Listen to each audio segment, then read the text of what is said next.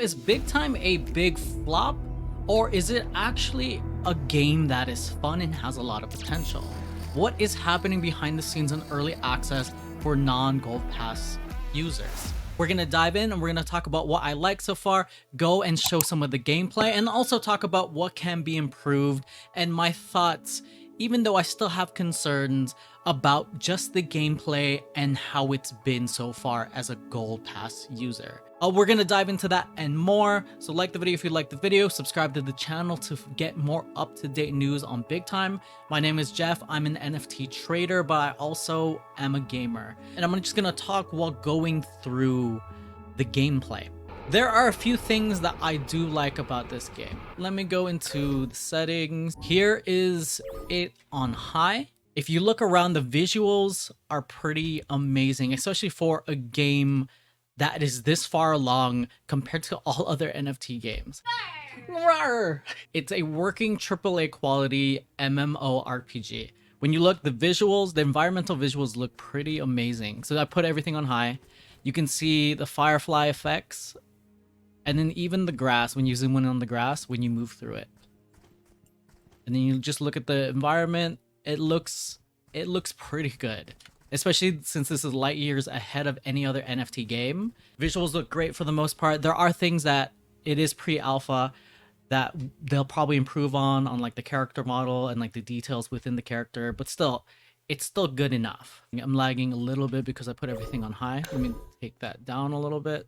Are these the best quality models on the market? No, but it's still leagues above anything else that's on the market because most things are not developed or still being developed or just being storyboarded on. The other thing that it works most of the time. There are some critical bugs, but it's still early access, and for the most part, it doesn't impede gameplay unless you get stuck somewhere or like a boss bugs out. I like the gameplay. It's a fun gameplay loop where we currently just look for dungeons and you go and you just go and you clear them. There's no quests, there's no NPCs. If anybody's played a Rift MMO, the MMO Rift, where you look around for a dungeon and then when you enter the dungeon, it gets randomized, and it's like Diablo, where it's new, but it's different because it's randomized, and now different elements are randomized for the dungeon when you get inside. So here is a dungeon. So we go inside here.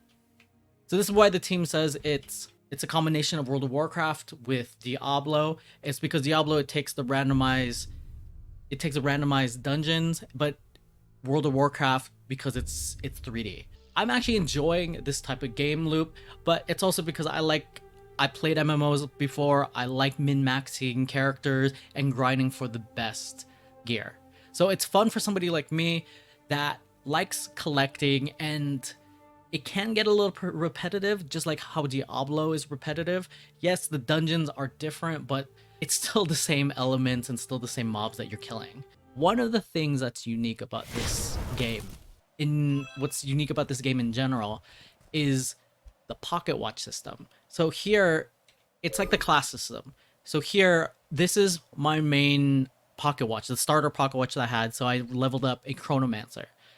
You can switch classes by collecting different pocket watches. So you can see here, and as long as you have room in your inventory, you can switch to a different class.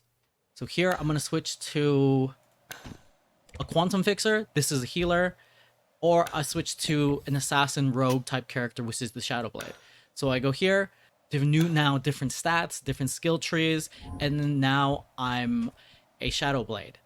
And you level up, your level and experience goes towards that pocket watch. So you could level up multiple classes instead of having multiple accounts on just one account and make different types of different characters with that one account. The other thing that's nice about this system is that you don't have to worry about managing all of these different character classes, making a new alt, and then losing all your progress because you have one character class. And the other thing that's nice about having these pocket watches is when you're clearing a higher level dungeons, they have a chance to drop. But the higher quality, so the higher tier, will unlock different abilities and skills. So you can see here when we look at the different skills that I have the base ninja skill tree, but I also unlocked the invisibility and sweep ability unlocks. So these different pocket watches will have unique skills that are attached to these pocket watches, plus bonus to your stats, possibly depending on the rarity of your pocket watch. The other thing that's nice is a gear system, which kind of acts like the gem socketing system from both Diablo and from World of Warcraft, except it's less stats based and it's more skills focused.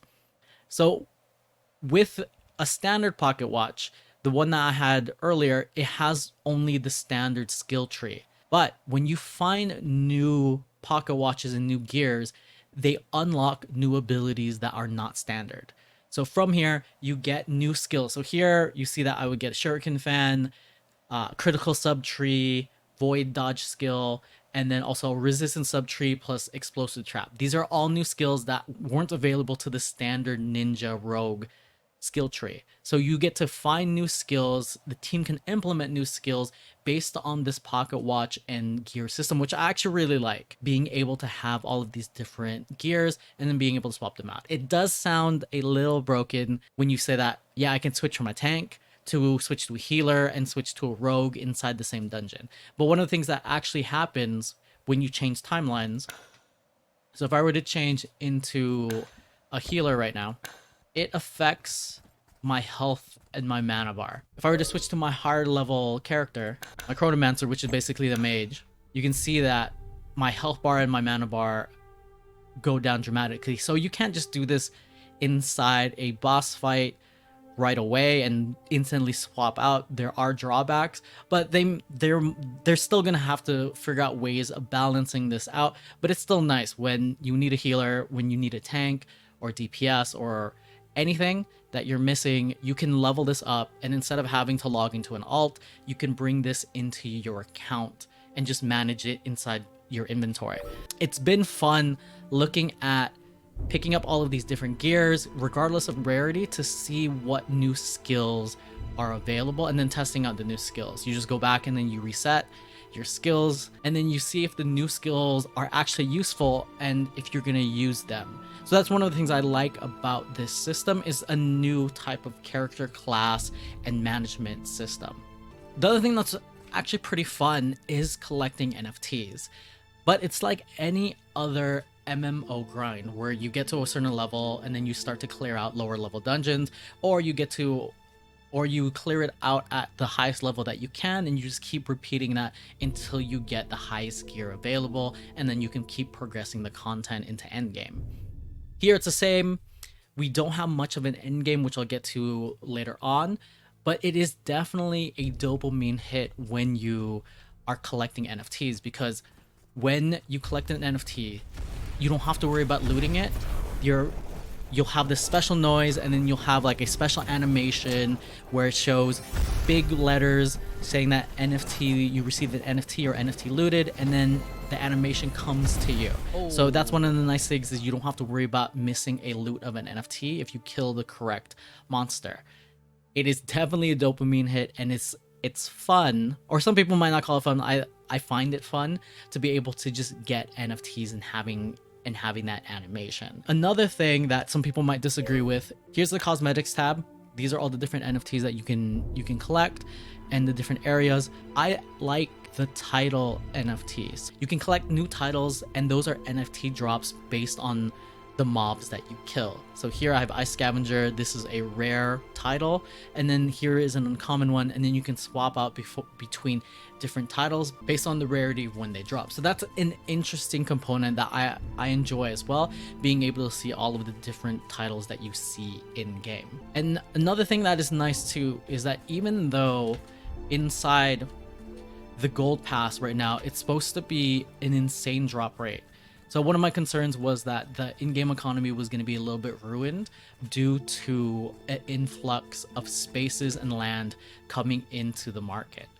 And when regular players and the public game is open, that people will flood the market, and then all the spaces that early access and early investors bought are going to be useless. But what's nice is that even though we have insane drop rates, which are going to taper off dramatically once we get to public release, even grinding since Wednesday, which was the release, and today is Tuesday, so it's been 6 days of grinding anywhere from 4 hours to 12 hours a day. I've only received one small space epic NFT, which is nice because I don't want, it might not be nice to some gold pass holders because we want to make ROI. So I'm hoping that there is future utility that's going to be tied to the gold pass, and that one of the things I'm hoping is that through the next 3 more weeks is to be able to still recoup the cost, or at least to make it so that the gold pass holders, it's worth it for gold pass holders. So we'll see what happens when I start getting to higher levels, and to see if this is actually worth it. But I'm hoping that they also add in different utility for gold pass users and early supporters, like special events, maybe special NFTs, maybe drop rates later, to make it worth it for the people who can't grind as much as I'm grinding right now. And we'll see what the ROI is once I get to places where I'm able to efficiently clear these dungeons. So I'm glad that the space NFTs, that the drop rates are still going to make it extremely rare for people to capture them when the regular game comes out. So currently, this is a game that I enjoy playing. Some people might call me a masochist for saying that, and I always like grinding for gear. So we'll see how fun this becomes later, and how much of this will just become more like a job where it's more just for the financial incentive. What can be improved? So I get that this is a pre-alpha version, and so there's a lot to be desired, and the team has already talked about, there's a lot of things I'm going to talk about are on the roadmap. But I'm going to preface this by saying that some of my feedback's based on where the game is currently, so I won't go into anything that I covered inside my big time concerns about the team, the tokenomics. If you want to watch that, you can watch that up here. I'm going to talk about current gameplay and my feedback so far. So current gameplay is fun, but it is starting to get repetitive. It is reminding me of old Diablo days where all I would do was reach endgame and then just collect gear to play PvP.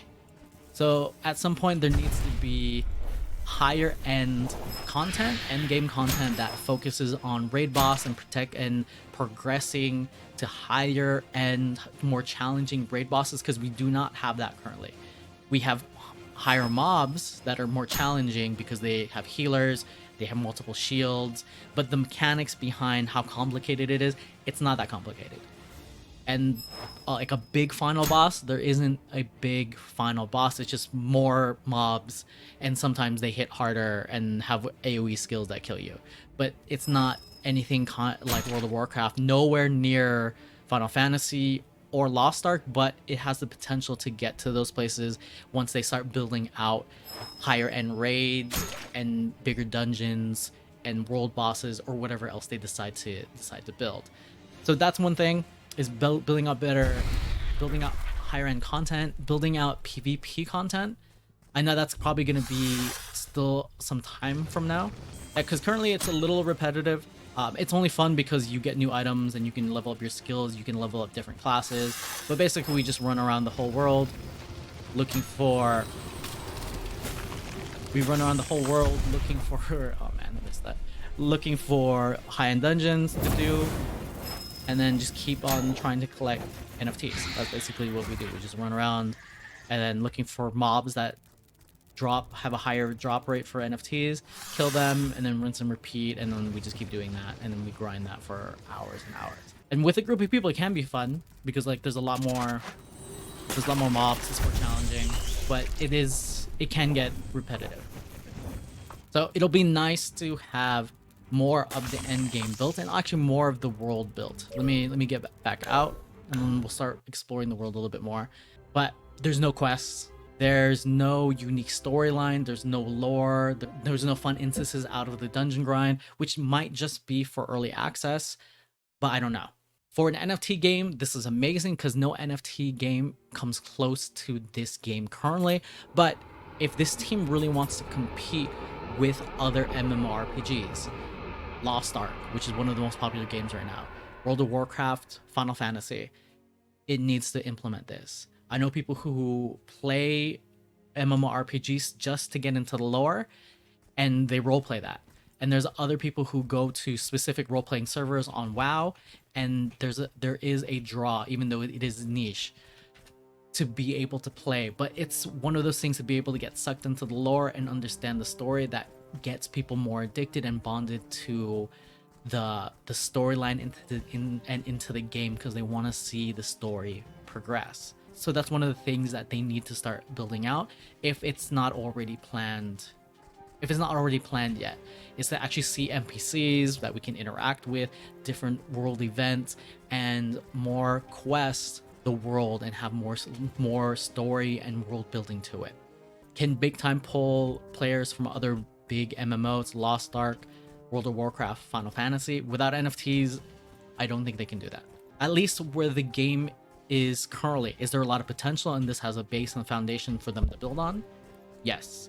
There's a lot that you can build from here, which is another reason why it's exciting that you can build a lot from where we are currently. So there is still a lot of potential. There's also basic features that need to be implemented inside this game. There's no simple way to get into parties where you're super far from each other. So if I wanted to party up with somebody that was back in the first town that we saw, or the beach that I was at, I'd have to go into the region, then they can add me into the party. You can't party over long distances, and that's something that needs to be implemented. Adding friends, direct messages to friends, that hasn't been implemented yet. You can see as well, there's no map. Even though I'm used to the world now, and like you get used to where everything is because you play so much and you explore. In the very beginning, it was pretty rough not having a map. So that's another quality of life change that they definitely need to implement, and they said that they're working on that. There's no TP, there's no teleport. I don't have a way. The only way that I could go back to the town in the very beginning is to kill myself and then just teleport over there. But your party can TP you over. So if I were to kill myself, go back to town because I needed to do something, and then one of my party members is here, there is a teleport that you can use. There is a teleport that you can use to get to where everybody is at. And so that's nice, but there's no way to teleport to specific regions if you don't have a party member to give you that TP. Endgame just needs to be expanded for the long-term enjoyment of the game, because all we do is just run dungeons. But if this is what endgame is, and this is how we need to farm NFTs, as long as they can keep people and keep the economy balanced, that's fine. I just hope they implement a scholarship system and they can keep people interested enough to keep the game going long term. Another thing that needs to be worked on is having a bigger differences between the different tiers, from uncommon to rare to epic to legendary, having more visual aesthetic changes. Because some of the changes between this, so if you look at this is an epic wand, right? It has a slight visual change in like the light of the wand, and like my hands glow a little bit. But other than that, there's not that big of a difference between, like, if I were to switch to this is an uncommon wand, and even my hands still glow. So I think that probably is coming from my gauntlets.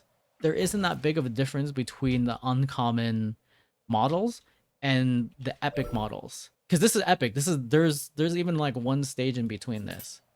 You see this is one stage. This is a rare. Adding more details, more aesthetically pleasing details between the different grades will help increase the demand for difference, and just to make them stand out even more and make it feel more rewarding for getting these types of NFTs, besides the fact that they're rare. This is a rare axe, because some uncommon NFTs just look nicer just because of their model. Because when you see like high-end gear in WoW, you see things that are burning, things that glow, things that have an aura. So being able to see that for different types of cosmetic NFTs would be nice. The other thing is to please implement an NFT mount and pet system. That still goes in line with what the team wants to do. It doesn't increase stats, but it's still an NFT that's cosmetic, but still has utility, because you can You can it because of the travel time, and you can have that the pets have in-game utility like additional storage points and for them to auto loot for you. When you look at other games like Lost Ark, their pet system has that. It auto loots for you and has additional storage spaces for you. So that would be nice, and it doesn't increase stats because the team, based on AMAs, has talked about that they don't want these NFTs to be affect the gameplay in stats or any ways. It's just cosmetic. But there's definitely different ways of making the cosmetics super cool and have a higher demand for them because of the utility behind it. But the main thing is that collecting NFTs and getting NFTs in the game is significantly more fun than anything else that is a competitor for now. There will be companies, there will be games that come out that fix all the issues that Big Time has, but having an early lead and being able to expand upon it is something that the Big Time team can take advantage of, and it'll be something fun to play. Or hopefully they implement a scholarship, be able to hire other people to play for you, and then you can still take part inside the economy. We'll see what they do with scholarships and being able to have other people use your account. We don't know as of now, but I'll keep everybody updated on how the game progresses, what the team does, and the different things that they implement. There's going to be a patch coming out in the next few weeks, so we'll see what changes they make. And then so I'll keep making these different videos to update you. So subscribe if you haven't subscribed, like the video if you liked the video, and as always, talk soon, take care, and I'll see you in the next video.